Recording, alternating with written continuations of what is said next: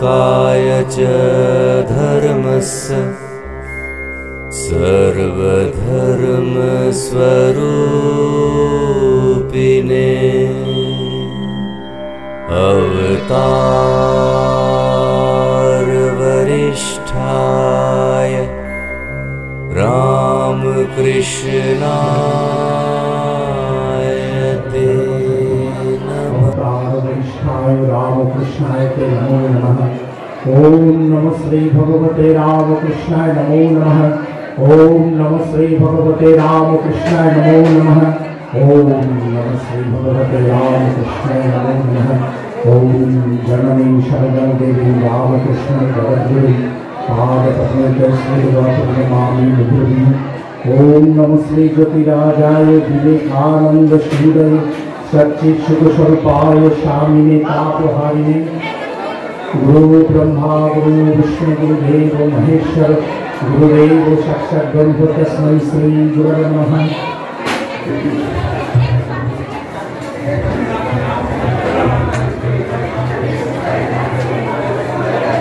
पूज्यपाद स्वामी जी महाराज का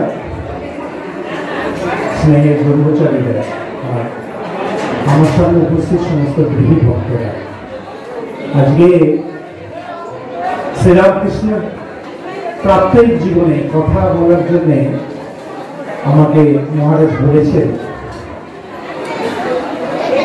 স্বামীজি মহারাজকে একবার বলা হয়েছিল, স্বামীজি মহারাজকে গিরিশচন্দ্র ঘোষ জিজ্ঞাসা করছেন, নরেন তুমি এত কথা বললে কিন্তু ঠাকুরের সম্বন্ধে তো কোনো কথা বলনি বা তেমন লেখনি। স্বামীজি একটা খুব সুন্দর কথা বলেছিলেন। তিনি বলেছিলেন যে শিব গড়তে গিয়ে কি শেষকালে বাদর গড়ব। বলছেন শ্রীরামকৃষ্ণের কথা যখন ভাবি তখন নিজে আমি হারিয়ে যাই, তার তরণ করতে পারি না, তার কথা আমি আর কি বলি। স্বামীজি মহারাজ হচ্ছেন সেই লণ্ঠন, যে লণ্ঠনের একটু আলোতে আমরা শ্রীরামকৃষ্ণকে চিনি। শ্রীরামকৃষ্ণদেব বলছেন কথামৃততে যে আজকে একজন তিনি দেখতে পাচ্ছেন যে একজন পুলিশ রাস্তায় বেরিয়েছে, তার হাতে একটা লণ্ঠন আছে, সে সবাইকে দেখতে পাচ্ছে কিন্তু তার মুখে দেখতে পাচ্ছে না। সেই পুলিশটিকে যদি আমরা রিকোয়েস্ট করি, তুমি তো সবার মুখ দেখছো কিন্তু তোমার মুখ তো দেখতে পাচ্ছি না, তখন তিনি যদি দয়া করে তার লণ্ঠনটা তার দিকে ঘুরিয়ে ধরেন তখন তার মুখ দেখতে পাই। তা আমাদের এখানে সেপাই বা পুলিশ হচ্ছেন শ্রীরামকৃষ্ণ, যিনি হচ্ছেন নরেন্দ্রনাথের কথায় অচিনে গাছ, আর লণ্ঠন কি হচ্ছে স্বামীজি মহারাজ, যার আলোতে আমরা একটু একটু বুঝতে পারি শ্রীরামকৃষ্ণ কি। নরেন্দ্রনাথ দত্ত বলছেন শ্রীরামকৃষ্ণ কি জানিস, যেখান থেকে তোদের অবতাররা আসেন, হরি মহারাজকে লিখছেন, যেখান থেকে অবতাররা এসছেন শ্রীরামকৃষ্ণ হচ্ছেন সেখানকার প্রধান পুরুষ। যাই হোক, কদিন বাদে মাঘী পূর্ণিমা, এই 1898 সালে এটা মাঘী পূর্ণিমার ঘটনার কথা মনে পড়ছে। রামকৃষ্ণপুরের একটি বিশেষ বাড়িতে যাতায়াতের সুযোগ ছিল। সেই বাড়িটি হচ্ছে নবগোপাল ঘোষের বাড়ি। এই নবগোপাল ঘোষের বাড়িতে 1898 সালের মাঘী পূর্ণিমার দিন নবগোপাল বাবু এবং তার স্ত্রী নিস্তারিণী দেবীর আহ্বানে স্বামীজি মহারাজ এসেছিলেন। স্বামীজি মহারাজের কাছে বার্লিনে 3টে পোর্সিলিনের মূর্তি ছিল। শ্রীরামকৃষ্ণের পোর্সিলিনের অবয়ব তিনি পেয়েছিলেন। এই প্রথম মূর্তিটি তিনি এই নবগোপাল ঘোষের বাড়িতে মাঘী পূর্ণিমার দিন প্রতিষ্ঠা করেছিলেন। শ্রীরামকৃষ্ণদেবের প্রথম মন্দির হাওড়া জেলাতে রামকৃষ্ণপুরে ওই নবগোপাল ঘোষের বাড়িতে 3 তলার ছাদের উপরে। নবগোপাল ঘোষের বাড়িতে যাতায়াতের সুবাদে আমাদের দেখার সুযোগ হয়েছিল। যে সেখানে স্বামীজি মহারাজের পাগড়িটাও সংরক্ষিত আছে, যেটা পরে তিনি শিকাগোর বক্তৃতা দিয়েছিলেন। এখনো সংরক্ষিত আছে, যে কেউ গেলে পরে দেখতে পাবে। 1898 সালের মাঘী পূর্ণিমার দিন স্বামীজি মহারাজ যখন গঙ্গার বুক দিয়ে এসে বরানগর মঠ থেকে গঙ্গার বুক দিয়ে এলেন এবং এসে কীর্তন করতে করতে এই বাড়ির মধ্যে প্রবেশ করলেন। দুঃখিনী ব্রাহ্মণ কোলে কে শুনেছ আলো করে, এই গানটি, এই কীর্তনটি করতে করতে তিনি যখন ঘরে প্রবেশ করলেন, তখন তিনি দেখলেন আবেগ। নিস্তারিণী তখন তাকে জিজ্ঞাসা করলেন, আগে বাবা নরেন, তুমি তো এত দেশ বিদেশ ঘুরে এলে, আর তুমি ঠাকুরকে আজকে এখানে প্রতিষ্ঠা করবে বলে এসেছো, তা তোমাদের ঠাকুর এখানে থাকবেন তো? নরেন্দ্রনাথ দত্ত তখন একটা দারুণ কথা বলেছিলেন, খুব মজার কথা অবশ্য। বললেন, আমাদের ঠাকুর তো খড়ের চালে জন্মেছেন, তুমি তো এখানে মার্বেলের ঘর করেছো, কেন থাকবে না? নিশ্চয়ই থাকবে।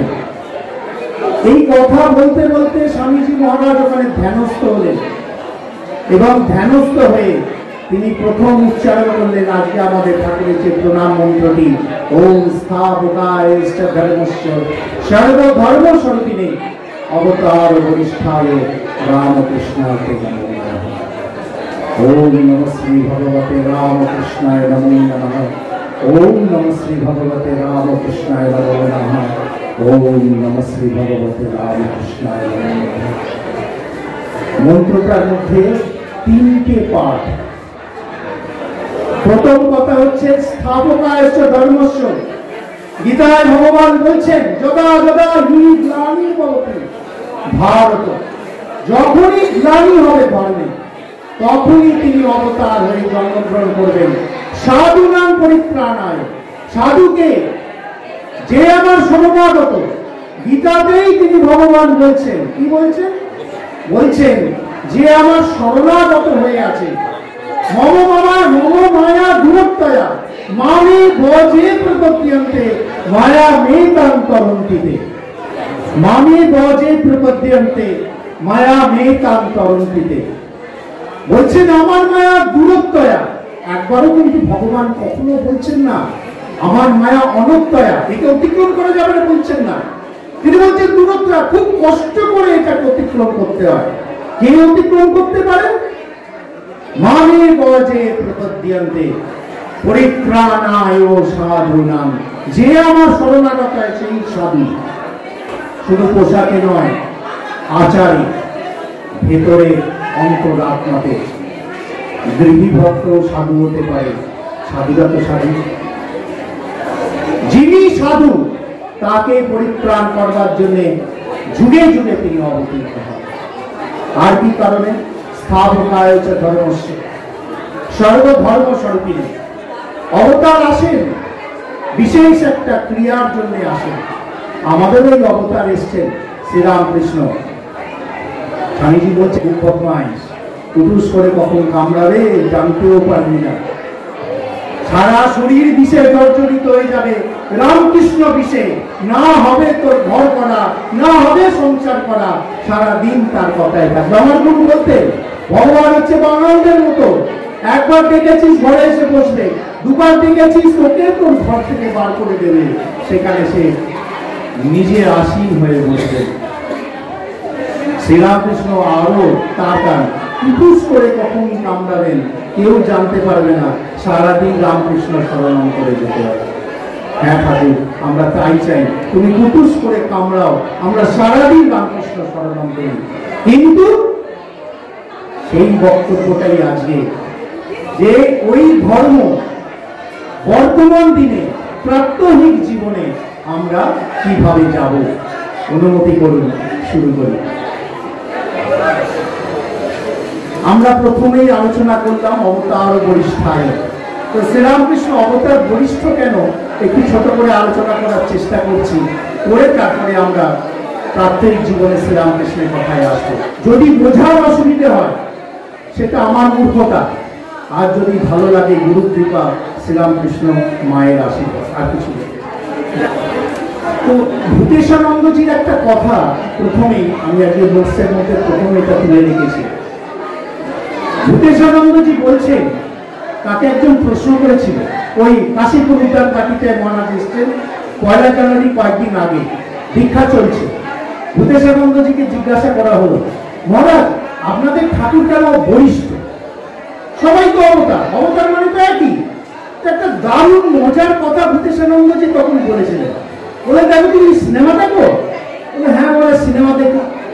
বলছে, একই লোকের সিনেমা দেখো না নানা লোকের সিনেমা দেখো? বলে, মহারাজ নানা লোকের সিনেমা দেখি। বলে, একই লোকের সিনেমা অন্য অন্য সিনেমা দেখো না একই সিনেমা বারবার দেখো? বলে, না না, একই লোকের বারবারও দেখি যদি ভালো লাগে, আর না হলে একই লোকের অনেক রকম সিনেমাও দেখি। মহারাজ এমন কথা জিজ্ঞাসা করছেন, সূর্য পূজ্যপাত ভূতেশানন্দজি সিনেমার কথা জিজ্ঞেস করলেন, উনিও চিন্তা করতে পারেন। তো মহারাজ বললেন, দেখো তুমি একটা অভিনেতা, তুমি 10টা সিনেমা দেখছো, কিন্তু কোনো একটা বিশেষ সিনেমা তোমার নিশ্চয়ই খুব ভালো লাগছে। বলছে, হ্যাঁ খুব ভালো লাগছে। বলছে, তার মানে একই অভিনেতা একটা বিশেষ সিনেমাতে বিশেষ অভিনয় করেছেন, তাই তোমার বেশি ভালো লেগেছে? বলছে, হ্যাঁ তাই মহারাজ। সেই রকম আমাদের ঠাকুর হচ্ছেন ওই অবতার। সমস্ত রকম অবতার আছে, কিন্তু এই অবতারে এসে তিনি এমন কিছু কাজ করেছেন যেটা সবার ভালো লেগেছে, তাই তাকে বরিষ্ঠ বলেছে। অবতার সবই সমান, এইখানে তিনি বরিষ্ঠ হয়েছেন।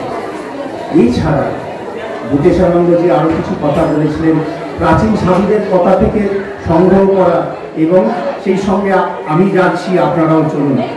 বলছেন, প্রথম কথা হলো চরিত্রান্বয় সাধনাংশ।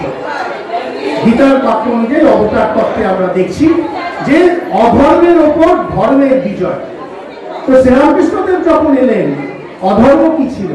তখন অধর্ম ছিল দরিদ্রকে ধনীরা সাংঘাতিকভাবে অত্যাচার করছিল।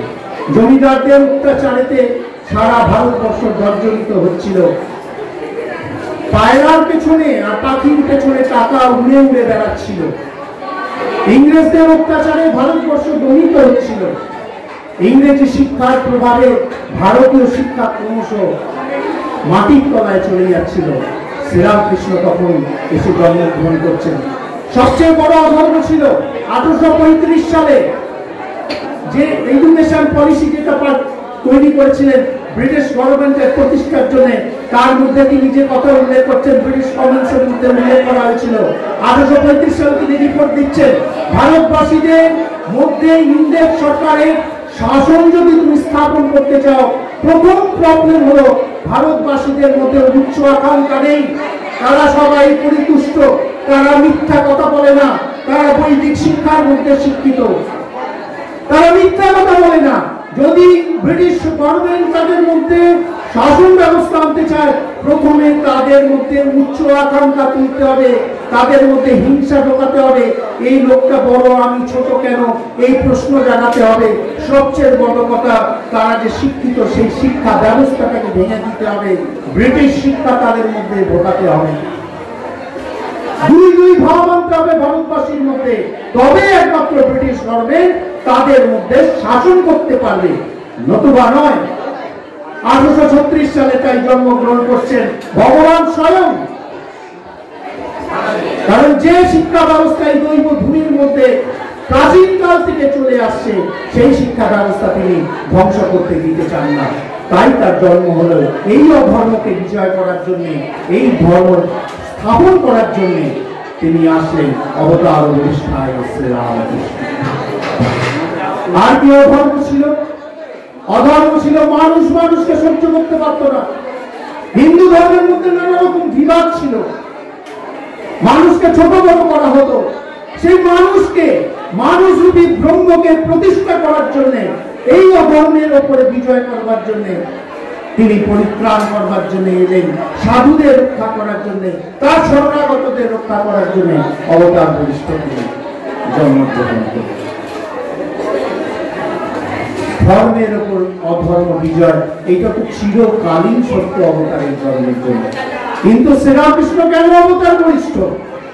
তার জন্য আরো 3টি কারণ আছে। দেখুন, দ্বিতীয় কারণটা হচ্ছে ধর্মকে তখন বিজ্ঞান খেয়ে ফেলছে। বিজ্ঞান মানে কি? যুক্তিবাদী লোক। হাইড্রোজেনের সঙ্গে অক্সিজেন মিশলে জল হবে, নাইট্রোজেনের সঙ্গে অক্সিজেন মিশলে নাইট্রোজেন ডাই অক্সাইড হবে, প্রমাণিত সত্য। কিন্তু ধর্মের কোনো প্রমাণিত সত্য নেই। বিজ্ঞান আস্তে আস্তে ধর্মকে গ্রাস করছে। তৃতীয় ছিল ধর্ম এবং ধর্মের মধ্যে লড়াই ছিল, গোড়ামি। হিন্দু ধর্মের মধ্যে গোড়ামি, মুসলিম ধর্মের মধ্যে গোড়ামি। মুসলিম বলছে হিন্দুকে সহ্য করতে পারি না, হিন্দু বলছে মুসলিমকে সহ্য করতে, বর্তমান দিনেও তাই চলছে। খ্রিস্টান বলছে হিন্দুকে সহ্য করতে পারছি না, কেউ কারোর ধর্মকে সহ্য করতে পারছি না। ধর্মের মধ্যে গোড়ামি। বৈষ্ণব বলছে শাক্তকে সহ্য করতে পারি না, শাক্ত বলছে শৈবকে সহ্য করতে পারি না, শৈব বলছে গাণপত্যকে সহ্য করতে পারি না, গাণপত্য বলছে বৈষ্ণবকে সহ্য করতে পারি না। নিজেদের মধ্যে বিভেদ, এও একটা কারণ ছিল। আর কারণ ছিল, সেটা হচ্ছে আধুনিক কারণ, যেটা সবচেয়ে বড় কারণ। ধর্মের বিরুদ্ধে তখন ভোগবাদী দাঁড়িয়ে উঠেছিল, কনজিউমারিজম। প্রথম ভোগবাদীর সূচনা হচ্ছে ব্রিটিশ শিক্ষায় শিক্ষিত মানুষরা তখন সবে তাদের মধ্যে চাহিদা শুরু হয়েছে। আমার এটা চাই, আমার ওটা চাই, আমার প্যান্ট চাই, আমার কোট চাই, আমার হ্যাট চাই, আমার টুপি চাই।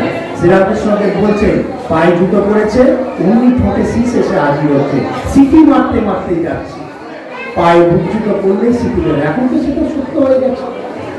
আমার এই গয়না চাই, আমার কেন স্বামী এই তো বড় চাকরি করে না, আমার স্ত্রী কেন লোকের সামনে এইসব পোশাক পরে বাইরে আসে না। চাহিদা শুরু হয়ে গেছে। ভোগবাদের সঙ্গে ধর্মের বিবাদ চলছে। এই চারটি কারণের জন্য শ্রীরামকৃষ্ণ অবতার হয়েছিলেন, সবগুলোকে তিনি একসঙ্গে সব দমন করবেন বলে, তাই তিনি অবতার হয়েছেন। প্রত্যেক অবতারে তিনি একটা অস্ত্র নিয়ে আসছেন। রাম অবতারে তিনি নামছেন, কৃষ্ণ অবতারে সুদর্শন আনছেন, বুদ্ধ অবতারে তিনি নিয়ে আসলেন তার নির্বাণ মন্ত্র, আর রামকৃষ্ণ অবতারে নিয়ে আসলেন প্রণাম মন্ত্র। সবাইকে তিনি নমস্কার। গিরিশ ঘোষ বলছে, কে বলেছে আমাদের ঠাকুরের অস্ত্র ছিল না? জানিস, ঠাকুরের সবচেয়ে বড় অস্ত্র ছিল প্রণাম অস্ত্র। এই গিরিশ ঘোষের মতন মানুষকে তিনি প্রণাম করে জব্দ করে দিলেন। বলে স্বামী বিবেকানন্দকে দেখার দরকার নেই। যদি শ্রীরামকৃষ্ণের মিরাকল দেখতে হয়, যদি শ্রীরামকৃষ্ণের মিরাকল দেখতে হয়, তাহলে গিরিশ ঘোষকে দেখ। এত বড় পাপী, করা নেই এমন কোন পাপ হতে পারে না। সেই গিরিশ ঘোষকে শ্রীরামকৃষ্ণ কি বানিয়ে দিয়েছে? ভক্ত ভৈরব বানিয়ে দিয়েছে। That is the miracle of Sri Ramakrishna. Narendranath Dutta শুদ্ধ সত্য, ব্রহ্মানন্দ শুদ্ধ সত্য, রাকাল মহারাজ শুদ্ধ সত্য, বাপুরাম মহারাজ শুদ্ধ সত্য, তারা তো বড় হবেই। কিন্তু গিরিশ ঘোষ কি করে ভক্ত ভৈরব হচ্ছে একটা পাপী মানুষের থেকে? That is miracle of Sri Ramakrishna. এইখানে তিনি অবতার হয়েছে। ভগবান এসেছেন, আমরা দেখতে পাচ্ছি কামারপুকুরে তার প্রথম প্রতিবার হচ্ছে। পাশের বাড়িতে শ্রাদ্ধের অনুষ্ঠান হচ্ছে। শ্রাদ্ধের অনুষ্ঠান হচ্ছে কলকাতার পণ্ডিত, কামারপুকুরের পণ্ডিত, হুগলি জেলার পণ্ডিত, বাঁকুড়া জেলার পণ্ডিত, তাদের মধ্যে ঝগড়া লেগে গেছে। বলছে অখণ্ড মঙ্গলাকার, বলছে খণ্ড মঙ্গলাকার, বলছে অখণ্ড মঙ্গলাকার।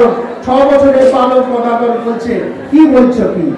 যিনি অখণ্ড মঙ্গলাকার, যার চৈতন্য সর্বত্র ব্যাপিত, তাকে তুমি আবার খণ্ড করছো?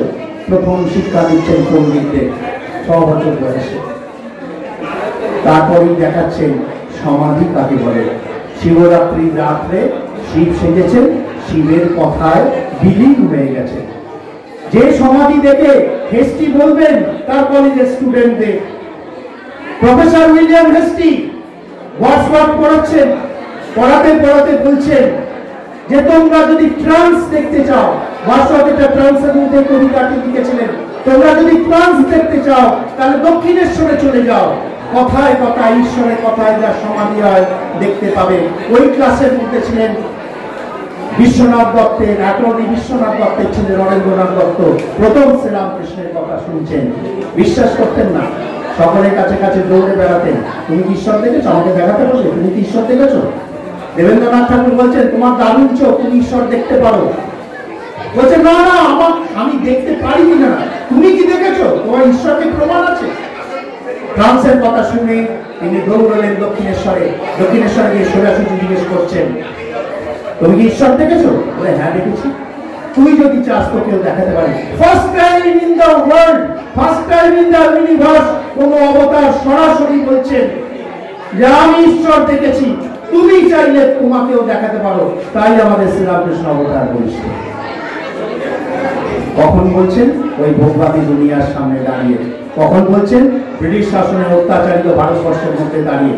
কখন বলছেন? যখন কার্ল মার্কস তার সোশিওলজি নিয়ে আন্দোলন করছেন সেই জমিতে দাঁড়িয়ে। কখন বলছেন? যখন ব্রাহ্মণ্যবাদ মাথা ছেড়ে চাঁদাতি উঠেছে, বিবাহ বিধবা বিবাহ নিয়ে আন্দোলন চলছে, মানুষ মানুষকে বিশ্বাস করে না, সেই জমিতে দাঁড়িয়ে তিনি বলছেন হ্যাঁ আমি দেখাতে পারি, তোমাকেও দেখাতে পারি, তুমি যদি দেখতে চাও। তাই শ্রীরামকৃষ্ণ আজও প্রসঙ্গ। আমার যদি আধ্যাত্মিক চিন্তা থাকে, আমার যদি আধ্যাত্মিক উন্মেষণা থাকে, আমার যদি সত্যি সত্যি ঈশ্বরকে জানবার ইচ্ছা থাকে, একটাই লোক আছে, ওই দক্ষিণেশ্বরে শ্রীরামকৃষ্ণ। তার শরণাগত হলেই আমার গুরুদেব বলছেন শ্রীরামকৃষ্ণের কথা যে একটা কথা ধারণা করতে পেরেছে তার ঈশ্বর দর্শন হবেই। রাখাল মহারাজ বলছেন যে 12 বছর কনস্ট্যান্ট কথা বলতে করেছে, তার ঈশ্বর দর্শন হবেই হবে, ব্রহ্মজ্ঞান হবেই হবে। কি করতে হবে? বিশ্বাস, শ্রদ্ধা। আর কি করতে হবে? সবরি, ধৈর্য। ইয়ার এই সর্বভূতেষু ধৈর্য রূপে সংস্থিত। ধৈর্য ধরে থাকতে হবে, বিশ্বাস রাখতে হবে। শ্রীরামকৃষ্ণ আমাকে ঠিক পথে পরিচালনা করবে। নিজের বুদ্ধি খাটালে হবে না। এইটা হচ্ছে শ্রীরামকৃষ্ণের সবচেয়ে বড় কথা, শরণাগতি, শরণাগতি, শরণাগতি। তুমি যদি ঈশ্বরকে জানতে চাও, তার পেছনে তোমাকে সমর্পণ করে দাও। অর্জুন বলছেন আমি গীতা কখন শুরু হচ্ছে? অ্যাকচুয়ালি ধর্ম কথাটা আমরা কি ভাবি? ধর্মকে আর আমরা কার্মিক জীবনকে দুটোকে আলাদা করে দিই। আমরা কি ধর্ম মানে হচ্ছে ঠাকুর ঘর একটা আছে চিলেকোটার ওখানে তুলসী দেওয়ার সময় ধর্ম করা, আর কার্মিক জীবন হচ্ছে যেখান থেকে আমার মাল করিয়ে আসবে, পয়সা আসবে, পয়সা পয়সা। এইটা দুটো আমরা আলাদা করে পাচ্ছি। কিন্তু সত্যিকারের ধর্ম কোথায় হয়?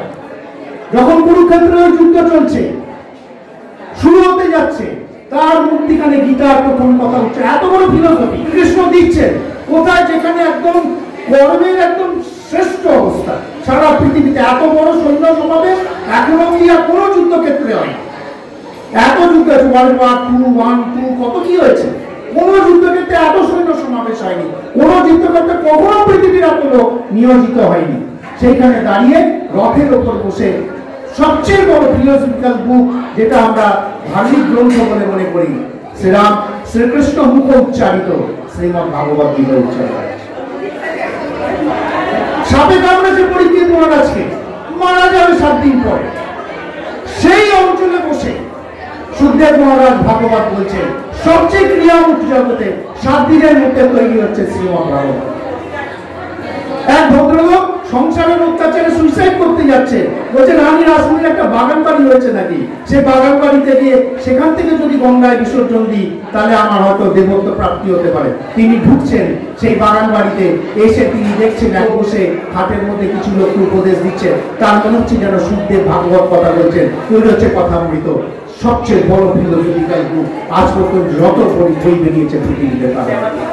সুতরাং প্র্যাকটিক্যাল রিঅ্যাকশন এন্ড অ্যাকশন যখন সবচেয়ে বেশি হয়, তখন কিন্তু ধর্মের প্রয়োজন না। আমাদের ওই ধারণা ভুল যে চিলেকোটার একটা ঘর আছে, ও আজকে তো সন্তু মহারাজের ওখানে সে বার্ষিক উৎসব, তাহলে আজকে সারাদিন ধর্ম করবো, বাকি দিন করবো না, বাকি দিন খাওয়াবার চিন্তা করবো না, এটাই রকম।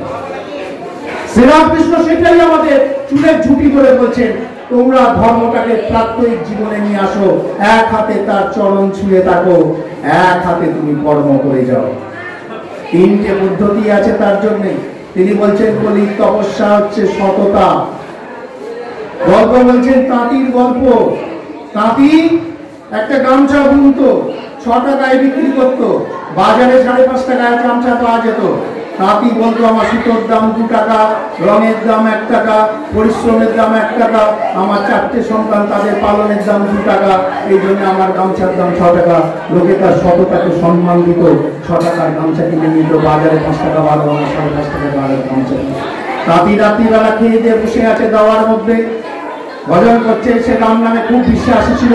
যখন বলতো গামছার দাম, বলতো রামের ইচ্ছায় আমার গামছার দাম 6 টাকা, রামের ইচ্ছায় পরিশ্রমের দাম 2 টাকা, রামের ইচ্ছায় রঙের দাম 2 টাকা, রামের ইচ্ছায় আমার ঘোড়ার দাম 1 টাকা, রামের ইচ্ছায় প্রফিট হচ্ছে আমার 1 টাকা। সেই দিন সে রামের রাত্রিবেলা খেয়ে দিয়ে সেই ভজন করছে, রাম নাম স্মরণ করছে, ভগবান নারায়ণ নারায়ণ করছে। সেই সময় 4টে লোক তার বাড়ির পাশ দিয়ে যাচ্ছে, যেতে যেতে বলছে, এই দেখ এই লোকটা খুব শক্তভক্ত আছে, আজকে আমাদের দলের একটা লোক কম আছে। তারা 4 জন ডাকাত ছিল, তাদের একটা লোক অসুস্থ ছিল, তাঁতিকে তুলে নিয়ে যাচ্ছে। তাঁতিকে তুলে নিয়ে যা বলছে, চল মুঠবই চল। তাঁতি বলছে, রামের ইচ্ছা, রাম যে আদেশ করেছে চলেছে তাদের সঙ্গে। ডাকাতি করেছে, দারোগা সাহেব এসে গেছে, ডাকাতরা পালিয়ে গেছে, তারা তো পাঠালো, পালিয়ে গেছে। তাঁতি পাচার লোক ধরা পড়েছে, নিয়ে গেছে থানায়, ম্যাজিস্ট্রেটের কাছে পরদিন সকালে তুলেছে। ম্যাজিস্ট্রেট জিজ্ঞেস করছে, কোথায় ছিলে? বললেন, আমার রামের ইচ্ছে আমি তাঁতি, রামের ইচ্ছে আমি গামছা বুনি, রামের ইচ্ছে আমি গামছা বুনে পরিবার পালন করি, রামের ইচ্ছে আমি রাতের বেলা খেয়েছি, রামের ইচ্ছে আমি আরাম নাম করছি, রামের ইচ্ছা 4টে লোক আসলো, রামের ইচ্ছা তারা আমাকে তুলে নিয়ে গেল, রামের ইচ্ছা তারা আমার ডাকাতি করলো, রামের ইচ্ছা তাদের মধ্যে একজন অসুস্থ ছিল, আমার মাথায় মোট বোঝা বলো, রামের ইচ্ছা আমি মোট বইতে বইতে যখন আসছি, রামের ইচ্ছা দারোগা সাহেব এসে গেল, রামের ইচ্ছা তারা পালিয়ে গেল, রামের ইচ্ছা আমি ধরা পড়ে গেলাম, রামের ইচ্ছা হুজুরের সামনে এসেছি, হুজুর যা বলেন রামের ইচ্ছা আমি তাই করি। ম্যাজিস্ট্রেট হাসছেন আমাদের মতন, হাসতে হাসতে বলছেন, রামের ইচ্ছা আমি তোমায় ছেড়ে দিই। তাঁতি গ্রামে ফিরে এলো, সে বলছে, রামের ইচ্ছা ধরে নিয়ে গিয়েছিল, রামের ইচ্ছা ছেড়ে দিল, রামের ইচ্ছা হুজুর হাসলো, আমাকে মুক্ত করে দিল, সবটা রামের ইচ্ছা। রামকৃষ্ণদেব বলছে, তুমি যদি ব্যবসা করো, চাকরি করো, পুরোটা রামের ইচ্ছায় ছেড়ে দাও, তোমার ইচ্ছা না। ওরা চাইতে জানে না দয়াময়, আমরা চাইতে জানি না। রজনীকান্ত বলছেন, ওরা চাইতে জানে না দয়াময়, আমরা চাইতে জানি না। ছোটবেলায় বলছি, ক্লাসে যেন আমি ফার্স্ট হই, সচিন তেন্ডুলকার জন্য নেওয়া হই, পরিশ্রম তো নেই, করতে পারতাম না। তারপরে বলছি, গ্র্যাজুয়েশনে যেন আমি ফার্স্ট ডিভিশন পেতে পারি, কোনোটাই কিন্তু আমার নিয়োজন করছিলেন যে শুধু চাই ভগবান এটা তুমি করে দাও, তোমাকে তুলসী পাতা চড়াচ্ছি, তোমাকে 1 টাকা দক্ষিণা দিচ্ছি। কিছুদিন বাদে যখন কিছুই হলো না, তখন বলছি, ভগবান তুমি আমাকে কিছুই করলে না। শ্রীরামকৃষ্ণ বলছেন, না, দলিত তপস্যাসী সততা, যদি তোমার ফার্স্ট হওয়ার ইচ্ছে চায়, নিজের প্রতি সৎ হও। ফার্স্ট হওয়ার জন্য তোমার যা যা করার দরকার তুমি আগে করো। আমি 16 টান করেছি, তুমি 2 টান করো। তার শিষ্যদের বলেছিলেন, কথাটাকে আমরা অন্যভাবে ব্যাখ্যা করতে পারি। শ্রীরামকৃষ্ণ তার ল্যাবরেটরিতে সমস্ত ধর্মকে মিশেছেন, সমস্ত ধর্মকে টেস্ট করেছেন, এটার সঙ্গে ওটাকে মিশিয়েছেন, নিজের জীবনে মিশিয়েছেন। মিশিয়ে তিনি বলছেন, যত মত তত মত, আমরা অত দূর না করে তার কথাটাকে নিয়ে নিজের প্রতি সব থেকে প্রথম ছোটবেলায় যদি আমরা লেখাপড়ার দিকে মন দিই, ছাত্রানাং অধ্যয়নাং তব, শুধু সেটার মধ্যে নিয়োজিত থাকি, যদি মনে করেন সচিন তেন্ডুলকার হব, তার মতন যদি ডেডিকেশন নিই, নিজের প্রতি যদি সৎ থাকি, তার সেই তপস্যাটাই তখন সবচেয়ে বড় তপস্যায় দাঁড়ায়, তাহলে নিশ্চয়ই সাকসেস হবে। আর আমার চাহিদাও এরকম কখনো কখনো পাল্টে যাবে না। বয়সকালের সঙ্গে সঙ্গে আমার চাহিদা পাল্টে যাচ্ছে, কারণ আমি কোনোটাই পরিপূর্ণভাবে করতে পারছি না। শ্রীরামকৃষ্ণ বলছেন, না, জীবনটাকে করো পূর্ণমিদম পূর্ণমেব বশিষ্যতে। তোমার জীবন পূর্ণ তখনই হবে তুমি যদি নিজেকে পূর্ণ করো। কারণ তোমাকে জানতে হবে, স্বামীজি মহারাজ চিকাগোতে দাঁড়িয়ে গল্প শোনাচ্ছেন, বাঘের একটা বাঘ, তার সন্তান সম্ভব ছিল, ছাগল ধরতে আসলো, লাফ দিয়ে পড়লো, তার সন্তান হলো, সন্তান হওয়ার পর বাঘিনীটা মারা গেল। সন্তানটা ছাগলের দলে বড় হতে লাগলো, ভ্যা ভ্যা করে ঘুরে বেড়াতো আর ঘাস খেতে। সেই দিন ওই দলে কত বছর বাদে আবার একটা বাঘ পড়লো, সে দেখছে একটা বাঘের ছানা ভেড়া করে ঘুরছে আর ঘাস খাচ্ছে, অন্য ছাগলদের না ধরে ওই বাঘটাকে সে কামড়ে ধরে নিয়ে এসে জলের ধারে দাঁড় করালো, বললো, দেখ আমিও যা তুইও তা, তুই ছাগল নস, তুই বাঘ, আর এই হচ্ছে মাংস খা, কে তোর মধ্যে থেকে বাঘের শক্তি বার কর।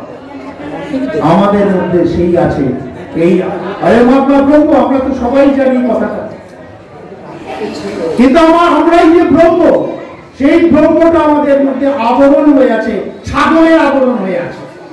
শ্রীরামকৃষ্ণ বলছেন, স্বামীজি মহারাজ বলছেন, দেখ তুই আসল বাদ, তুই আসল ব্রহ্ম, তোর ইচ্ছাতেই জগৎ চলছে, নিজেকে প্রকাশ কর। তাই আমার শ্রীরামকৃষ্ণ অবতার বলছে। আর সবচেয়ে বড় কথা, সব অবতারদের পেন্টিং দেখেছি, আমার শ্রীরামকৃষ্ণের ছবি ফটোগ্রাফ করে তোলা আছে, তাই অবতার বরিষ্ঠ সোজাসুজি দেখতে পাই।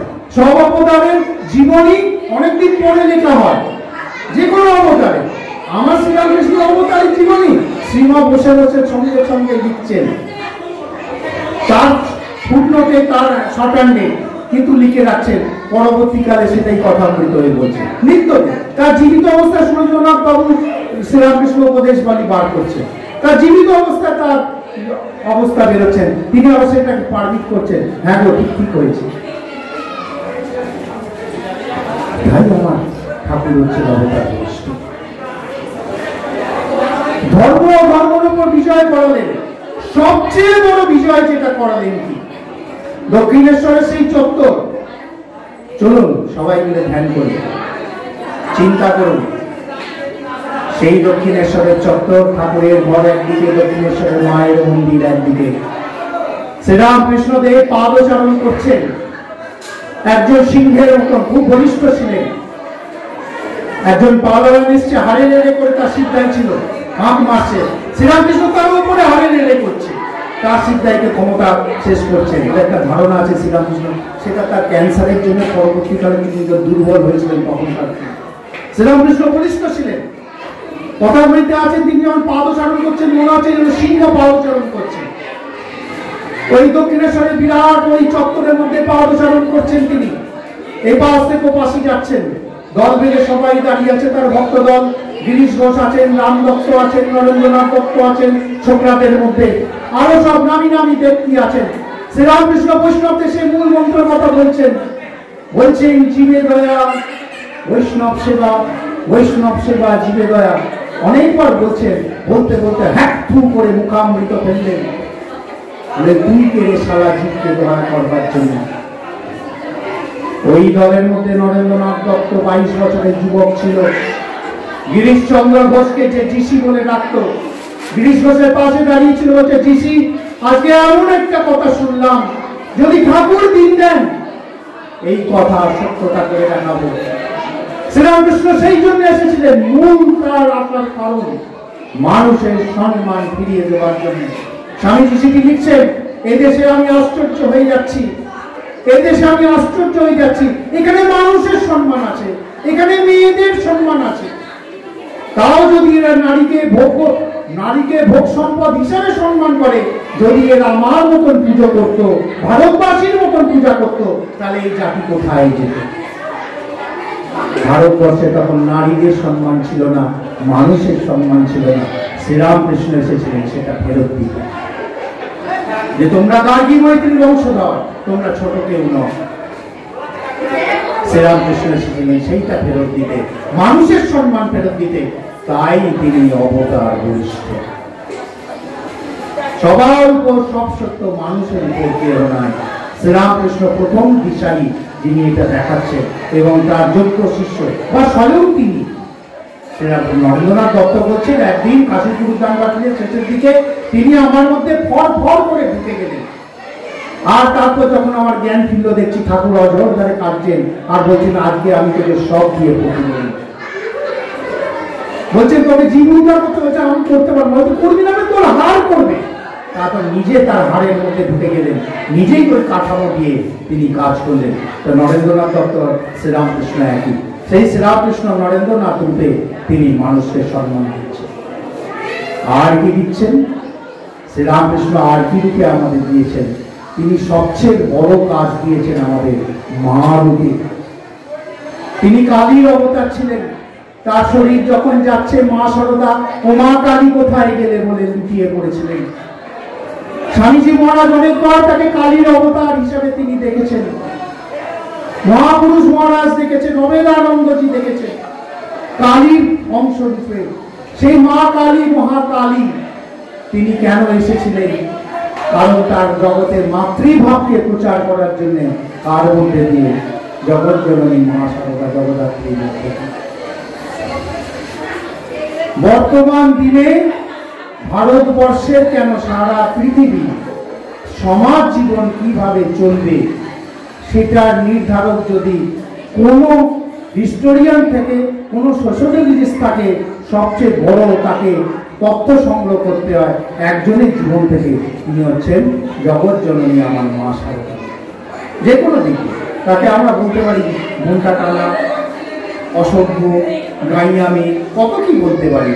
কিন্তু যখন স্বামীজির কাছে নিবেদিতাকে স্বামীজি নিবেদিতা তার কাছে নিয়ে আসছেন, নিবেদিতাকে দেখেই প্রথমে তিনি নাম দিচ্ছেন টুকি, আর বলছেন নরেন আমাদের একটা সাদা পদ্ম নিয়ে এসছেন।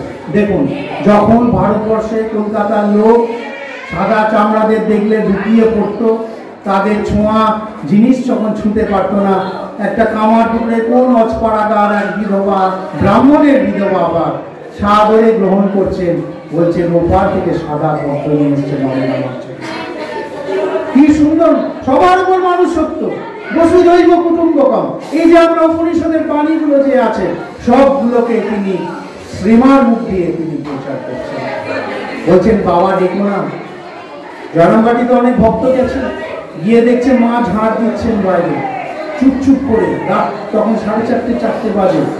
তারা খুব অস্বস্তিতে গেছে, বলছে সারাদিন কাজ করে সবাই ঘুমাচ্ছে, তোমরা আওয়াজ করো না, আমি পরিষ্কার করে দিই। নিজের হাতেই বাসন মাজছেন, নিজের হাতেই রান্না করছেন মানুষকে সেবা করার জন্য। তারা তার ভক্ত, তারা তার শিষ্য, তারা তার সন্তান, তাতে কিছু এসে যায় না। আমার কাজ হচ্ছে সেবা করা, সেবাই পরম ধর্ম। তিনি নিজে আচরণ করে দেখাচ্ছেন, সেটাই কার্তিক জীবনে শ্রীরামকৃষ্ণের বাণী। ভোগবাদীর বিরুদ্ধে রুখে দাঁড়াচ্ছেন, ভোগবাদীর বিরুদ্ধে শ্রীরামকৃষ্ণ রুখে দাঁড়াচ্ছেন। বলছেন টাকা মাটি, মাটি টাকা। যদি টাকার মাটি এক করতে পারো তাহলেই তুমি এই জগৎ থেকে একমাত্র শান্তি পেতে পারো। কত বছর আগে বলে গেছে, আমরা বিপরীত ব্যাখ্যা করি, সেটা তো আমাদের দুর্বুদ্ধিতা, মূর্খতা। শ্রীরামকৃষ্ণ বলছেন টাকার মাটিকে যদি সমান ভোগ করতে পারো, চরম ভোগবাদীর সময় তোমার যদি মনকে তুমি নিষ্ক্রিয় করতে পারো, নিষ্কাম করতে পারো, তাহলে একমাত্র তুমি শান্তি পেতে পারো। শেষ সময় মা সারদা সেই কথা, ঠাকুরের কথা বলছেন, যদি শান্তি পেতে চাও মা, পরের দোষ দেখে না, দোষ দেখতে নিজে। শেষ কথা, শেষ বাণী আমাদের শ্রীরামকৃষ্ণের জীবনী নিংড়ে নেওয়ার কথা।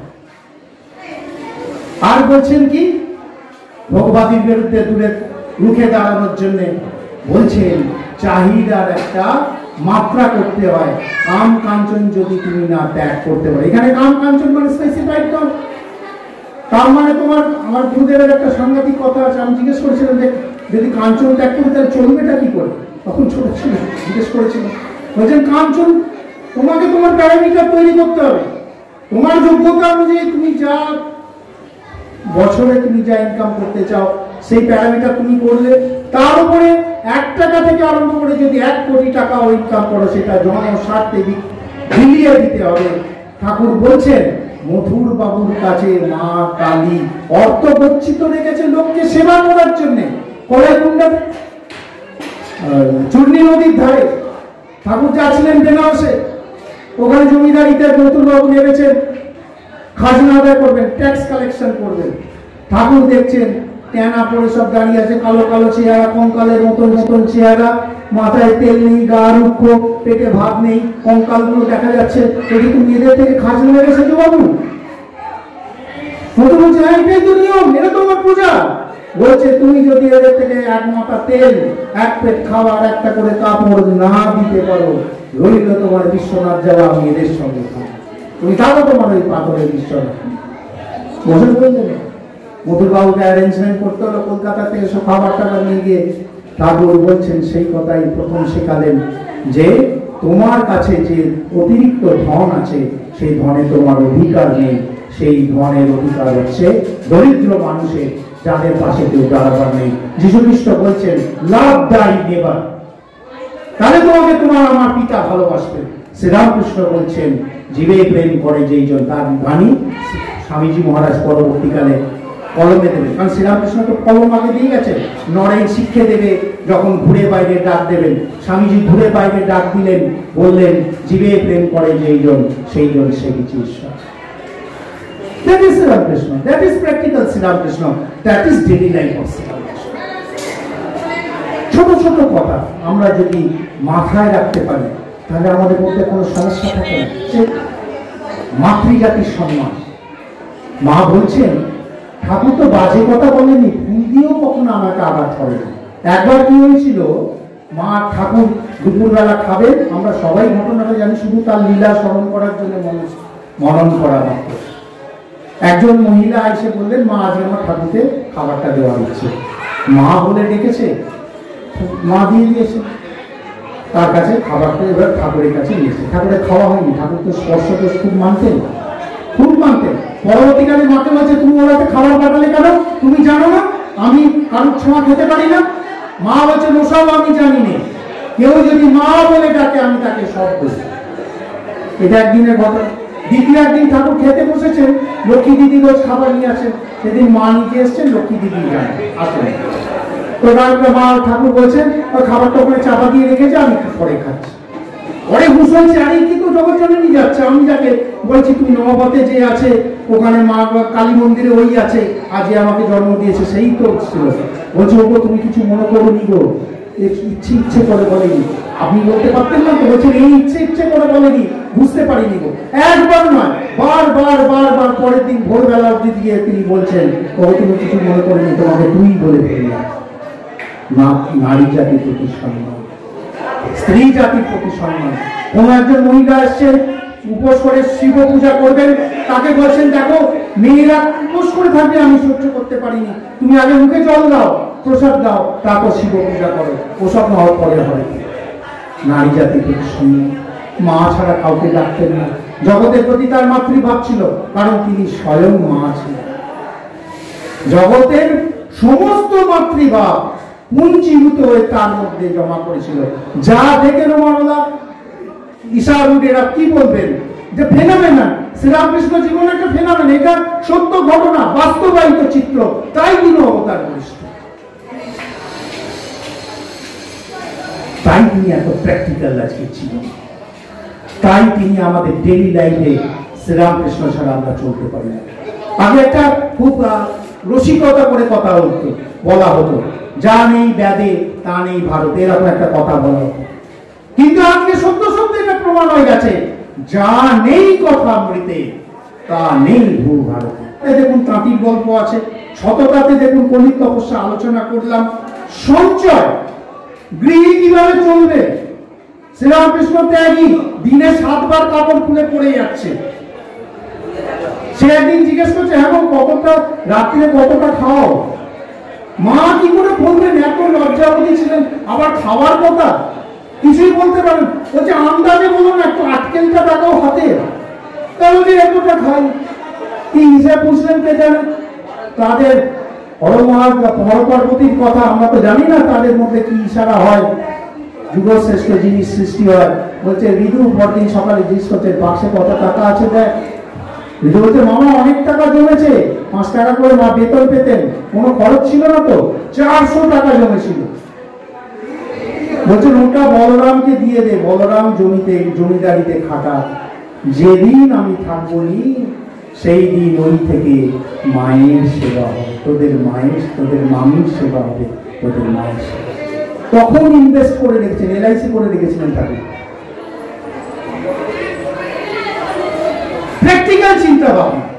বলছেন তোমার যদি, বলছেন কথামৃত্যু পাতায় দেখবেন, প্রতাপের ভাই এসেছিল, হাজরা কথা বলছে, প্রতাপের ভাই এসেছিল, বলছে এখানে থাকবে নাকি? তা আমি বললাম, তোমার মা ছেলেকে কে খাওয়াবে? পাড়ার লোক এসে খাবে? তুমি বিবাহ করেছো, তোমার দায়িত্ব, ইটস ইওর রেসপন্সিবিলিটি। আমি সাধু হয়ে গেছি, আমার বউ ছেলে আছে, তা না না সরি, আধ্যাত্মিক জীবন না সরি, তোমার রেসপন্সিবিলিটি, তোমাকে খাওয়াতে হবে। শ্রীরামকৃষ্ণ, প্র্যাকটিক্যাল শ্রীরামকৃষ্ণ, ওটাও তো এখানে ভুলভাল কথা নেই। ডেইলি লাইফের কিরকম ভাবে চলতে হবে প্রত্যেকটা কথা বলছেন। সন্তান সন্ততি দুটো হওয়ার পর ভাই বোনের মতন থাকো, ফ্যামিলি প্ল্যানিং কবে করে গেছে? প্র্যাকটিক্যাল শ্রীরামকৃষ্ণ। যা আজকে আমাদের আইন করে করতে হচ্ছে, শ্রীরামকৃষ্ণ 200 বছর আগে বলে নিয়ে গেছেন। সবচেয়ে বড় কথা যেটা আমি বললাম, আজকে সকালবেলা আশ্রম থেকে বেরিয়ে স্টেশনে এসে প্রথম আলোচনা হয়েছে, সেটা হচ্ছে নিরহংকার। আজ ওই পোস্টটাই রোজ আমি একটু লোককে জ্ঞান দেওয়ার চেষ্টা করি সকালবেলা, ওই কথাটাই হয়েছিল, এই কথাটাই আজকে লেখা হয়েছিল যে তোমার মধ্যে থেকে যখন ঢেউ গঙ্গার